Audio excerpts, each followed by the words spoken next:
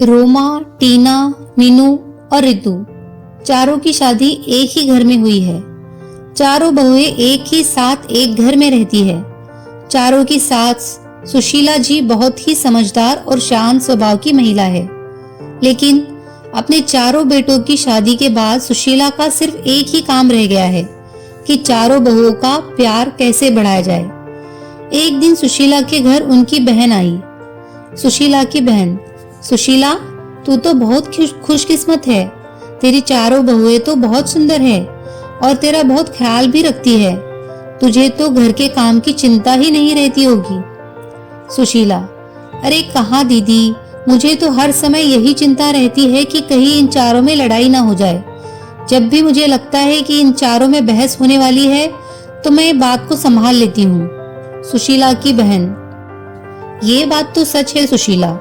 दुनिया सोचती है कि बहुएं आ जाने से घर में खुशियां आ जाती है, लेकिन ये भी सच है घर में बहुएं आ जाने से सास के लिए जिम्मेदारी भी बढ़ जाती है। हर समय बस यही सोचते रहो कि कहीं लड़ाई ना हो जाए। ये दोनों बात कर ही रही थी, तभी अचानक रोमा और मीनू की लड़ने की आवाज आई। रोमा, मैंने एक बार पोछा लगा दिया है तो मैं दोबारा नहीं लगाऊंगी। मीनू, दोबारा पोछा तो तुम्हें लगाना ही पड़ेगा रोमा। तुमने इतना गंदा पोछा लगाया है, लग ही नहीं रहा कि घर की सफाई हुई है। बहू में इस तरह से लड़ाई देखकर सुशीला की बहन घबरा गई और सुशीला को समझाने लगी, तेरी बहुएं काम कम करती है और लड़ती ज्यादा है। सुशीला, तुझे इनकी लड़ाई बंद करने के लिए कोई ना कोई रास्ता तो निकालना ही होगा। ये कहकर सुशीला की बहन वहां से चली गई। अब सुशीला दिन रात यही सोचती रहती कि इन बहुओं का आपस में प्यार कैसे बढ़ाया जाए। इसीलिए सुशीला ने अपनी सारी बहुओं को इकट्ठा किया और कहा, तुम चारों लोग दिन भर आपस में लड़ती रहती हो। इससे ना तो घर चल सकता है ना तो जिंदगी। इसीलिए आज तुम सब ये बात बता दो कि चाहती क्या हो। रोमा ने कहा, माँ जी, आप हमें अलग अलग घर दे दो। तो सुशीला ने कहा, मेरे पास इतना पैसा नहीं है कि मैं तुम चारों को अलग अलग घर बना कर दूं। मीनू, माँ जी, ये घर भी तो बहुत बड़ा है, आप इस पर 4 मंजिल बनवा दो, हम चारों को दे दो। सुशीला, मैंने अपने चारों बेटों को बड़े प्यार से पाला है, इसीलिए मैं नहीं चाहती कि तुम लोगों की वजह से मेरा घर टूट जाए। मेरे चारों बेटे अलग अलग रहे और मेरा क्या, मैं तुम चारों में से किसके पास रहूंगी। सुशीला की ये बातें सुनकर चारों बहुएं चुप हो गई। चारों में से कोई भी सुशीला को अपने साथ नहीं रखना चाहती थी। सुशीला ने अपनी बहुओं को एकटक देखा और कहा, तुम चारों को मैंने अपने बेटे भी दे दिए और अपना घर भी दे दूं, लेकिन तुम में से कोई भी मुझे अपने साथ नहीं रखना चाहता। ये कहते हुए सुशीला की आंखें भर आई और वह उन चारों बहुओं के काम बांट दिए। उन सब ने कहा कि कोई भी आपस में नहीं लड़ेगा, लेकिन उनकी बहुएं कहाँ मानने वाली थी। अब चारों बहुओं ने एक एक टीम बना ली और एक टीम में रोमा और मीनू थी और दूसरी टीम में ऋतु और टीना थी। चारों आपस में लड़ती तो नहीं थी, लेकिन एक दूसरे की चुगली करने लगी थी। एक दिन टीना और ऋतु ने अपनी सास से कहा, माँ जी, आपको पता है रोमा 12 बजे सो रही है। आज तो उसने सिर्फ घर की झाड़ू ही लगाई है और पोछा भी नहीं लगाया। तो बोली, हाँ माँ जी, आपने लड़ने के लिए मना किया है, इसीलिए मैं मीनू से कुछ नहीं कहती। वह आज ही बाजार जाकर अपने लिए 3-3 साड़ियाँ लाई है। अपने लिए 3 साड़ियाँ लाई है और आपके लिए एक भी साड़ी नहीं लाई है। ऋतु और टीना तो अपने सास से चुगली करके चली गई। अब मीनू और रोमा की बारी थी। मीनू ने कहा, माँ जी, आपने ऋतु को तो सर पर चढ़ा रखा है। वो हमेशा रोटियां जला देती है और आपके बेटे भी बोल रहे थे कि ऋतु के हाथ की रोटियां अच्छी नहीं लगती। रोमा ने कहा, और माँ जी, कल टीना ने सबके कपड़े धोए पर मेरे नहीं धोए। मैं खाना बनाती हूँ तो सबके लिए बनाती हूँ ना। मैं किसी दिन उसके लिए खाना न पकाऊं तो उसे कैसा लगेगा। सुशीला सारी बहुओं की बातें सुनती और सर पकड़कर बैठ जाती। इसी तरह दिन बीत रहे थे। जब बहुओं को लगा कि हमारी सास तो हमें घर बनाकर नहीं देगी, तो चारों बहुओं ने अपने अपने पतियों को भड़काना शुरू कर दिया। जैसे ही उनके पति काम से आते, वैसे ही चारों बहुएं चुगली करने में लग जाती। एक दिन जब उनके पति घर आए तो रोमा बोली, रोमा, सुनो जी, मैं इस घर में नहीं रह सकती। मैं सारा दिन घर का काम करती हूँ और फिर भी आपकी माँ और आपकी भाभीयों की ताने सुनती हूँ। रोमा का पति बोला, मैं भी रोज रोज की लड़ाइयों से दुखी हो चुका हूँ। आज तो फैसला हो ही जाए।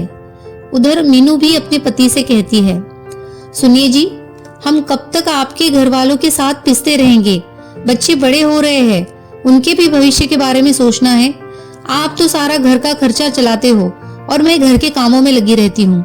माँ जी से बोलिए ना, इस घर को तोड़कर फ्लैट बनवा दे, अब हम आराम से रहेंगे। मीनू का पति बोला, तुम ठीक कह रही हो, आज माँ से इस बारे में बात कर ही लेता हूँ, आखिर हमारी भी तो पर्सनल लाइफ है।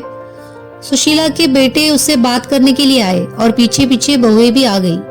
बेटा, माँ कहाँ हो आप? बाहर आओ तो। सुशीला कमरे से बाहर आती है। बेटा, माँ आप घर तोड़कर फ्लैट बनवा दो, सब साथ में नहीं रह सकते। दूसरा बेटा, हाँ माँ, हम सबको एक एक रूम मिला हुआ है, हमारे बच्चे बड़े हो रहे हैं, उनको भी अपना अलग रूम चाहिए। और जो आपकी बहुओं में 24 घंटे लड़ाई होती रहती है वो भी नहीं होगी। अलग अलग रहने से आपको भी शांति मिलेगी और हमें भी। माँ, अच्छा, तुम्हारी पत्नियां ये घर तुड़वाने के लिए मुझे नहीं मना पाई तो मेरे बेटों को ही भड़का दिया। मैं इस घर को तुड़वाना नहीं चाहती। इस घर में तुम्हारे पिता की यादें हैं, तुम्हारा बचपन बीता है, और तुम चारों अपनी पत्नियों को समझाने के बजाय मुझसे ये घर तुड़वाने के लिए बोल रहे हो। सुशीला ने अपने बेटे और बहुओं को बहुत समझाया, लेकिन कोई भी राजी नहीं हुआ और मजबूरी में सुशीला को अपना घर तुड़वाना ही पड़ा। जैसे जैसे हथौड़ा घर की दीवारों पर चोट कर रहा था, सुशीला को वो चोट अपने दिल पर महसूस हो रही थी। अब कुछ दिन बाद उस घर की जगह एक आलीशान बिल्डिंग खड़ी थी। सुशीला ने अपने चारों बेटों और बहुओं को बुलाया और कहा, तुम चारों के फ्लैट बनकर तैयार हो गए हैं, अब तुम सब आराम से रह सकते हो। तुम अपने अपने परिवार के साथ खुश रहोगे, लेकिन मेरा परिवार तो तुम सब हो। तुम्हें अलग अलग जाता देख मुझे कितना दुख हो रहा है, कैसे बताओ? बेटा बोला, माँ आप कहाँ रहेंगी? मतलब हम में से किसके साथ रहेगी? सुशीला, तुम फिक्र मत करो बेटा, तुम्हारी बूढ़ी माँ किसी पर भी बोझ नहीं बनेगी। पेंशन तो आती है मेरे पास, उससे मेरा गुजारा हो जाएगा। तुम चारों एक एक फ्लैट में रह लोगे तो ये नीचे का हिस्सा बचेगा, मैं वही रह लूंगी। चारों बेटे अपनी अपनी पत्नी और बच्चों को लेकर चले गए और आराम से रहने लगे। सुशीला पूरे दिन यही रहती और यही सोचती, मेरी बहुओं ने मुझसे मेरे चारों बेटों को छीन लिया और चारों में से कोई भी मेरे पास नहीं आता। लेकिन सभी दिन एक जैसे नहीं रहते, कल मेरी जगह मेरी बहुएं भी होंगी, तब देखती हूँ। सुशीला की चारों बहुएं अलग अलग फ्लैट में रहती है। एक दिन सुशीला के पास गांव से उसके भाई हितेश का फोन आता है। सुशीला दीदी, कैसी हो आप? मैं तो ठीक हूँ हितेश, तुम कैसे हो? बहुत दिनों के बाद फोन किया, सब ठीक तो है ना? हाँ दीदी, सब ठीक है। मैं कल तुम्हारे पास आ रहा हूँ, वहाँ मुझे कुछ काम था तो सोचा अपने भांजे से भी मिल लूंगा। फोन कट जाता है और सुशीला दुविधा में पड़ जाती है। वह सोचने लगती है, बच्चे तो मेरे साथ नहीं रहते, अगर भाई को पता चल गया कि मैं अकेले रहती हूँ तो वो बहुत दुखी होगा। खैर, अब जो होगा वो देखा जाएगा, आने दो भाई को। अगले दिन हितेश सुशीला के घर पहुंच जाता है। वह अपने भाई को देखकर बहुत खुश होती है और सोच में पड़ जाती है। सुशीला दीदी, क्या सोच रही हो? अरे कुछ नहीं, तुम बैठो, मैं तुम्हारे लिए कुछ खाने के लिए लाती हूँ। दीदी, तुम क्यों ला रही हो? खाना तो आपके बहुएं लाएगी, कहाँ गई वो? सुशीला ने हितेश को सारी बात बता दी। हितेश, कलयुग आ गया है दीदी, कलयुग। चार चार बेटे के होते माँ बेसहारा हो जाए, ये तो घोर कलयुग है। चलो, मैं तुम्हारे बेटों से मिलकर आता हूँ। हितेश ऊपर चला जाता है तो देखता है कि सुशीला के बड़े बेटे को शराब पीने की आदत होती है, जो अब बहुत बढ़ चुकी है। उसके 2 बच्चे हैं। बड़ा बेटा, मामा जी कैसे हो आप? घर में सब ठीक है? बड़े दिन बाद आप मिलने आए। हितेश ने कहा, घर में तो सब ठीक है, तुम बताओ कैसे चल रहा है यहाँ? सब कुछ ठीक है ना? इतने में उसका छोटा बेटा यानी सुशीला जी का पोता हितेश के पास आता है, जो लगभग 6 साल का था। हितेश उससे पूछता है, कैसे हो बेटा, कौन सी क्लास में हो? मैं तो अभी LKG में हूँ नाना जी। अच्छा, बड़ा होकर क्या बनोगे? मैं बड़ा होकर पापा की तरह शराबी बनूंगा। ये सुनकर सभी लोग भुचक्का रह जाते हैं और रोमा फूट फूट कर रोने लगी और रोते रोते बोली, अगर मैं अलग ना हुई होती तो ये इतनी शराब नहीं पीते। माँ के साथ रहते थे तो इनको माँ से थोड़ी शर्म आती थी। अब बच्चे भी वही सीख रहे हैं जो ये सिखा रहे हैं। थोड़ी देर बाद हितेश ऊपर दूसरे भांजे के पास जाता है, पर वहां की हालत कुछ अजीब सी थी। जैसे चारों तरफ सामान बिखरा हुआ था, कोई साफ सफाई नहीं। टीना सारा दिन सोती रहती या टीवी देखती रहती। हितेश से घर की हालत देखी नहीं गई और उसने बातों बातों में ही पूछ लिया, बेटा घर बदल रहे हो क्या? सब सामान बिखरा हुआ है। मामा जी की बात सुनकर टीना झट से बोली, मामा जी पहले सब माँ के साथ रहते थे ना, तो सारी बहुओं को एक ही काम करना रहता था तो काम जल्दी से हो जाता था। अब सारा काम मुझी को करना पड़ता है, तो समझ में ही नहीं आता कि कहाँ से शुरू करूँ और कहाँ पर खत्म करूँ। हितेश, अरे तो बेटा एक काम वाली को रख लेते। टीना, इनकी इतनी सैलरी कहाँ की काम वाली को रख सके। मामा जी हम अलग फ्लैट में न रहते तो इतनी परेशानी न होती, वहां सब मिलजुल कर काम कर लेते थे। ये कहते ही टीना की आंखों से आंसू बहने लगते थे। हितेश वहां से भी चला जाता है और तीसरे बेटे के घर यानी तीसरी मंजिल पर पहुंचता है। वह हितेश का तीसरा भांजा और उसकी पत्नी मीनू आर्थिक तंगी से गुजर रहे थे। हितेश, बेटा कैसा चल रहा है? तुम्हारी माँ ने बताया कि तुम सब अलग अलग रहते हो, तो मैं आ गया तुमसे मिलने। तीसरा बेटा, सब ठीक है मामा जी, आप बताओ आप कैसे हो? मीनू, मामा जी आए हैं, कुछ खाने को ले आओ। इतना सुनते ही मीनू रसोई के डब्बे में देखने लगती है। वो एकदम खाली होते हैं और वो वही बैठकर सर पकड़कर और बैठकर रोने लगती है। रोने की आवाज सुनकर हितेश और मीनू का पति अंदर आते हैं।